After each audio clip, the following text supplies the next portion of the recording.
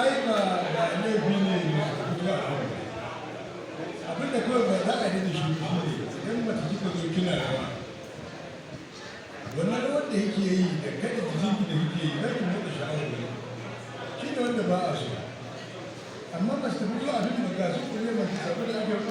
ga su kure kira da shoronsu duk kina su yadda mace za ta iya fito ba wani abu da aka ce mace ba za ta yi ba kamar da namiji ne sai da abin da ba a rasa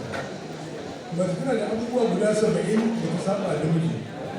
shi kuma namiji ba shi da abubuwa 70 da ya saba da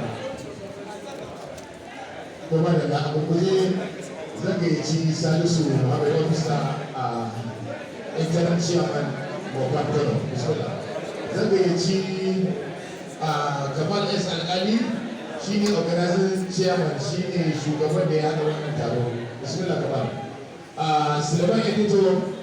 shi ne editor mai bincike da ƙididdigar abin da aka kashe ko da wani abu zai bata a dawo da shi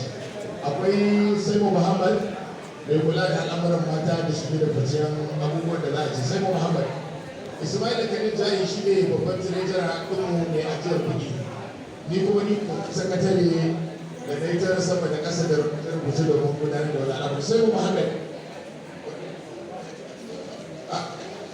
Umar Gombe na kira Umar Gombe yes na Umar Gombe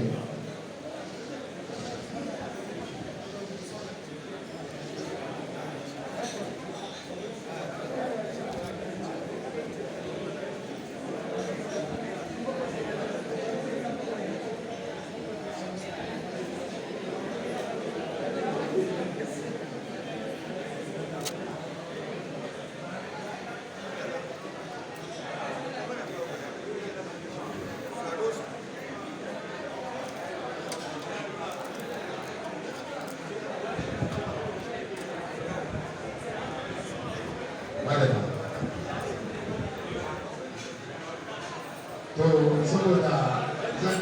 zan yi amfani kuma da wani dama kafin kai lokacin shan ruwan da ke ci wato shi